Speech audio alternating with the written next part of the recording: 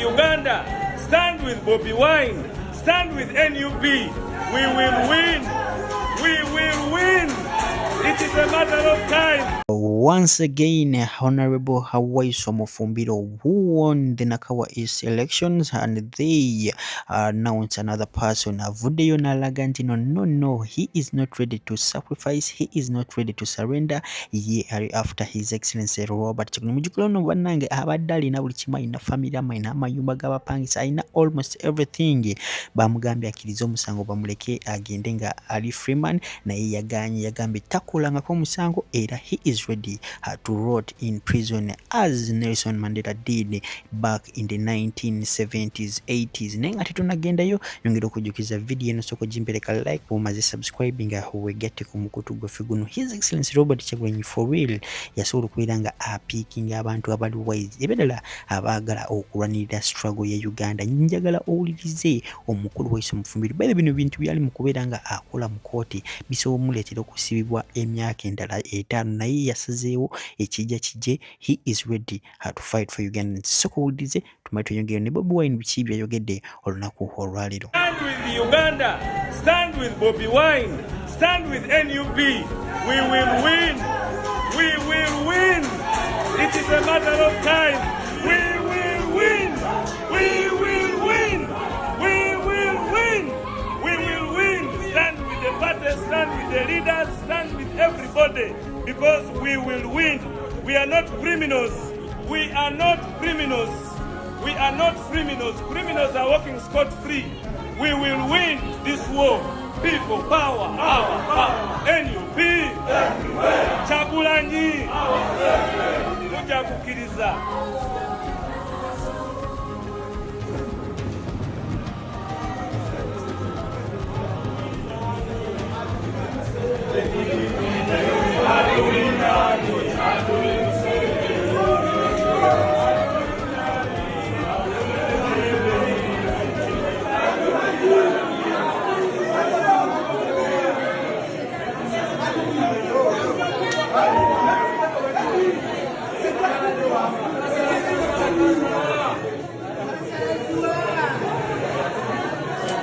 Alright, Nabagamba His Excellency Robert Chagulanyi, one of the people that he picked and I really appreciated was Waiso Mufumbiro. The guy has been a real servant to His Excellency Robert Chagulanyi. Njagala owulirize lwa His Excellency Robert Chagulanyi naye ku nsonga zino yagambye nti takenda kkiriza aba clients be wabana ba NUP abali mu kuomera ssaawa zino bataddeko omusango gw'obutemu bakkirize emisango. His Excellency Yoweri Kaguta Museveni agende nga waseka mbuwe bana akkiriza fine bajja kubata naye bajja kubeera ba convicts nga bali under the government of Uganda, nga buli kimu kye bakola babeera controlled. Si bigambo byange, soka omuwulirize tumale tweyongere. Ongambe olowooza decision gye yakoze His Excellency Robert Chagulanyi gikiri oba nedda?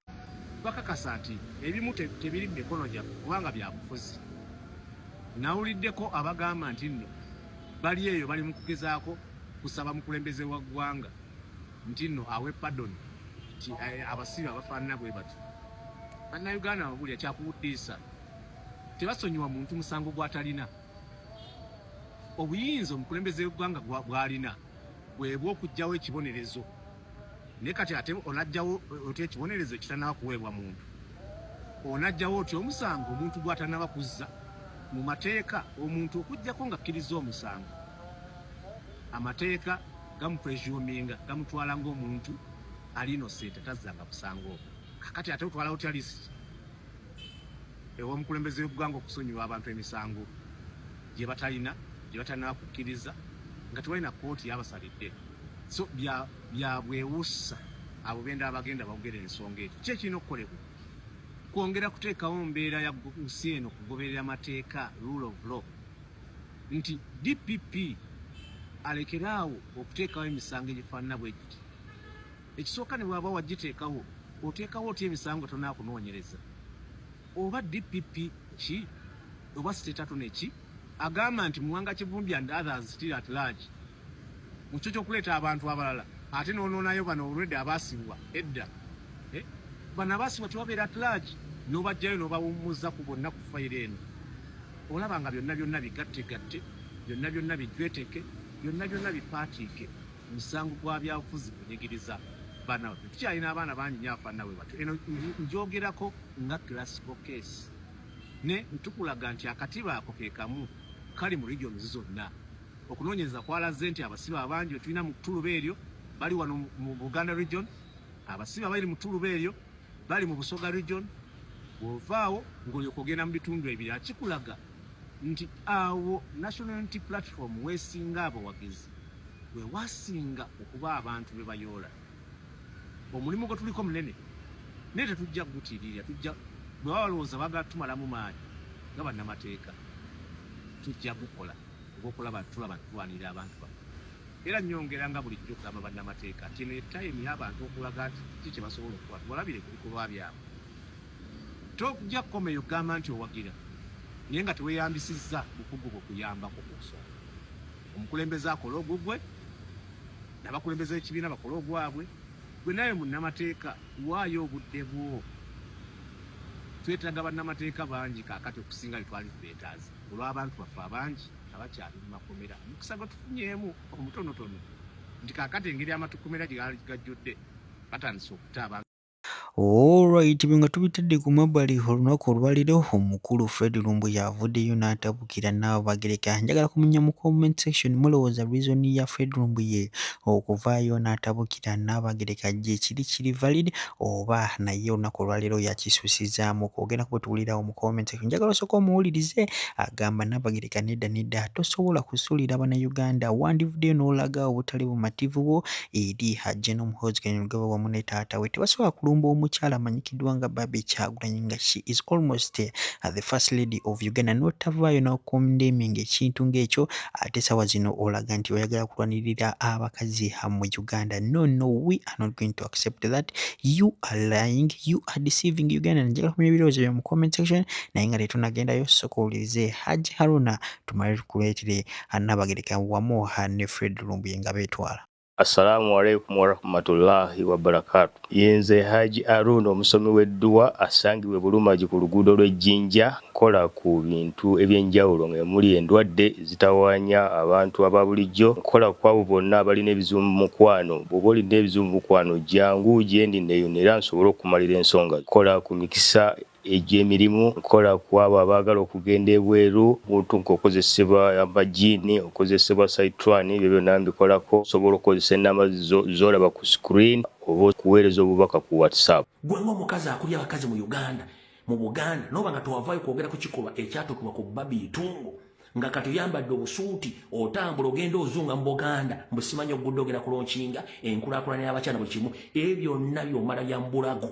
Abantu baakubuukira baakukoowa nzi kino ekyenjala kugamba abantu bali mu Buganda mwenna muli baffere mukolera mu 7 so najjinda kyonna kyoli mu kukola essaazi n'okiraba nakusuuza project ya mental health gye wali ozimba nga mwagala kuvayo mu lukale mulangire mbu Ssaabasajja Kabaka yayiika amadinisa nga kyemwali mwagala okuyitamu kati bakusetudde buto oluvannyuma otandise okulambula Buganda musime mwagala ku project z'abakyala batulugunyizibwa nga toboogerako.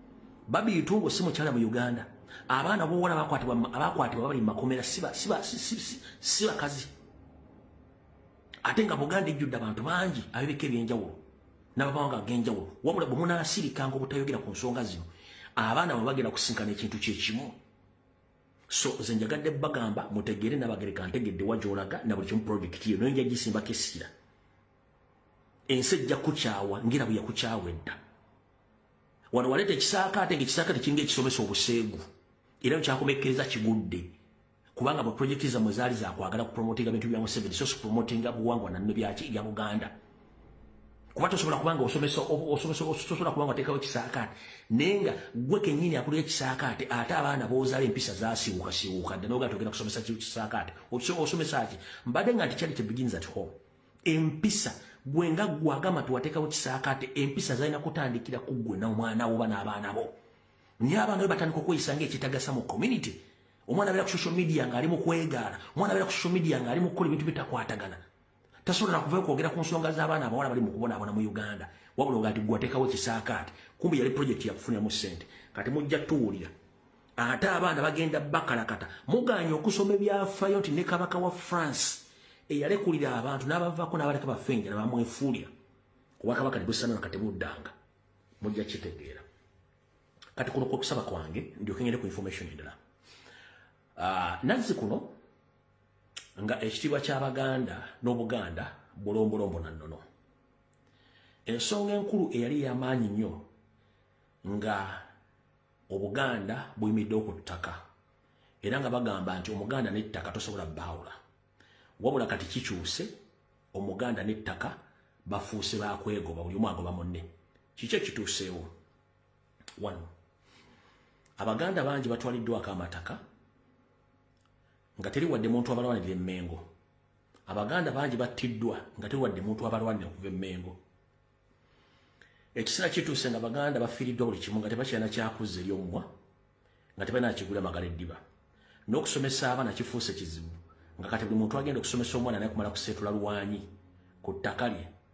Ate ne tugibwa ekizibu nti n'olulangira lwenyi lwefudde kizibu lutunza amataka lugamazeewo kubanga tebaagala kukola. Njagala kusooka kukubiriza obulanga mwenna Bannayuganda n'Abaganda kasaka abalangira n'Abambejja.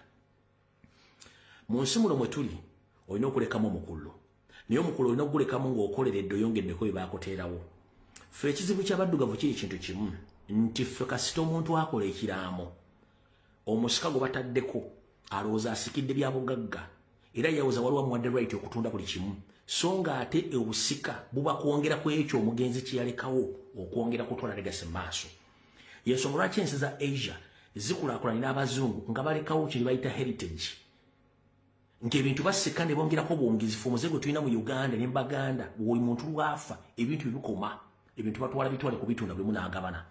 Kanjira bategeeza Nazi kuno nga mu Buganda kizibu nnyo omuntu okuva gy'avudde n'agula ettaka baamalanga kubuuza gwani. Naye otwogerera essaawa zino ettaka lya Buganda lyonna litundiddwa nga balitunze bennyini, abamu bannyini ettaka abamu si bannannyini ettaka. Ngenda kubasaba mwenna abantu abali mu Buganda mukendeze ku kitunda ttaka. Lwaki Uganda yonna real estate project ebuuminze nnyo mu Buganda okusinga Uganda yonna? Era lwaki ettaka lya Buganda liri very cheap to the extent nti omuntu asobola n'okufuna poloti ey'emitwalo 5. To the extent omuntu asobola okufuna poloti oba ettaka ku miliyoni. Nenga